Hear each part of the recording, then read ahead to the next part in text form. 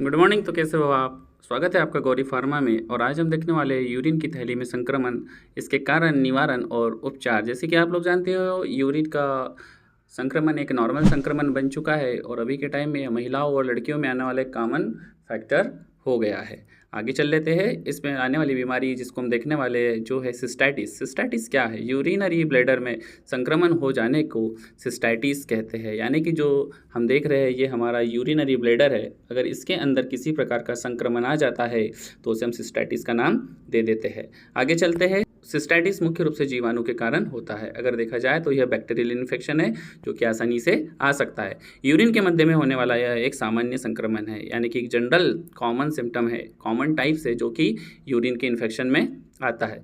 आगे चल लेते हैं। इसके लक्षण क्या है? लक्षण की बात करूँ तो इसमें लोअर एब्डोमिनल पेन, पेट के नीचे हिस्से में दर्द होने लगता है, अधिक यूरिन आना, बार बार यूरिन आती है, हर थोड़ी देर में फ्रिक्वेंटली यूरिन आने लगती है, साथ में यूरिन का गहरा कलर हो जाता है जैसे कि येलोविश यूरिन।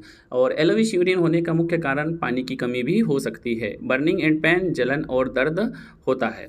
आगे चल लेते हैं। क्या कारण है, किस कारणों से ये आता है, तो देख लेते हैं।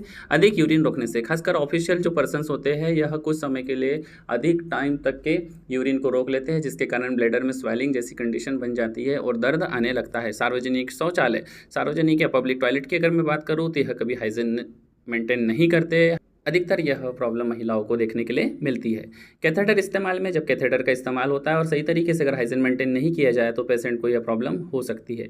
कॉन्स्टिपेशन के कारण भी यह प्रॉब्लम आती है, जैसे कि कब्ज का रहना। सेक्स विद इन्फेक्टेड पर्सन, यदि मान लीजिए जब इंटीमेशन हो रहा हो या इंटीमेट हो रहे हो दो पर्सन आपस में, और अगर उस टाइम में एक पर्सन में अगर यह सिस्टाइटिस वाली प्रॉब्लम रही तो बहुत हद तक के चांसेस होते हैं कि यह सेकेंड पर्सन में भी जा सकता है, जिसके कारण बहुत प्रॉब्लम होती है। आगे चल लेते हैं। डायग्नोसिस यानी कि लैब टेस्ट। लैब टेस्ट कैसे होते हैं, क्या होते हैं, हम देखेंगे। लैब टेस्ट के बारे में मैं इसके पहले भी कई वीडियोस बना चुका हूं, आप उसको आसानी से देख सकते हैं। आगे चल लेते हैं, बात कर लेते हैं यूरिन आयरन यानी कि रूटीन माइक्रोस्कोपी। रूटीन माइक्रोस्कोपी को हम देखते हैं और इसके अंदर पता करते हैं कि इन्फेक्शन के आने का कारण क्या बना। यूरिन कल्चर की बात कर लेते हैं। यूरिन कल्चर के अंदर पस सेल्स वगैरह को हम देखते हैं और मान लेते हैं कि अगर हमारा सिस्टाइटिस वाला इन्फेक्शन आता है तो पस सेल बढ़ करके आती है, जिससे कि डायग्नोसिस करने में हमें काफ़ी हेल्प मिलती है। CBC blood count test. CBC blood count test करने से क्या होता है कि हम देखेंगे इसके अंदर डब्ल्यूबीसी बढ़ने लगती है। डब्ल्यूबीसी बढ़ने से हमें कन्फर्मेशन मिलने लगता है कि किसी प्रकार का इन्फेक्शन शरीर के अंदर आ चुका है। आगे चल लेते, देख लेते ट्रीटमेंट, उपचार। सभी डॉक्टर की एक अपनी अपनी पसंद होती है। यहाँ पर मुख्य रूप से मैंने बहुत सिंपल से ट्रीटमेंट को बताया है, जिसको कि हम अब देखने वाले हैं। ट्रीटमेंट यानी कि उपचार। टैब लेते हैं लिवोफ्लॉक्स 500, लिवोफ्लॉक्सासिन 500। यहाँ पर दिया हुआ डोज है बीडी यानी कि एक गोली सुबह और शाम, जबकि मैं आपको बता दूँ मोस्टली अगर इसका डोज देखा जाए तो 750 mg होना चाहिए, बट आज की कंडीशन में डॉक्टर बीडी इसको प्रिस्क्राइब करने लगे हैं। मैंने यहाँ पर एक अकॉर्डिंग टू सिचुएशन इस डोज को बताया है, डॉक्टर्स अपने कैलकुलेशन के हिसाब से इसे प्रिस्क्राइब करेंगे। सायरप बोले तो सिटॉल, disodium hydrogen citrate. Disodium hydrogen citrate जो सिटाइल सायरप है, यह यूरिन बर्नेशन को कम करती है और साथ में जो जलन हो रही है उसको भी कम करने में हमारी काफ़ी मदद करती है। डोज क्या है? 5 ml TDS यानी कि दिन में 3 बार।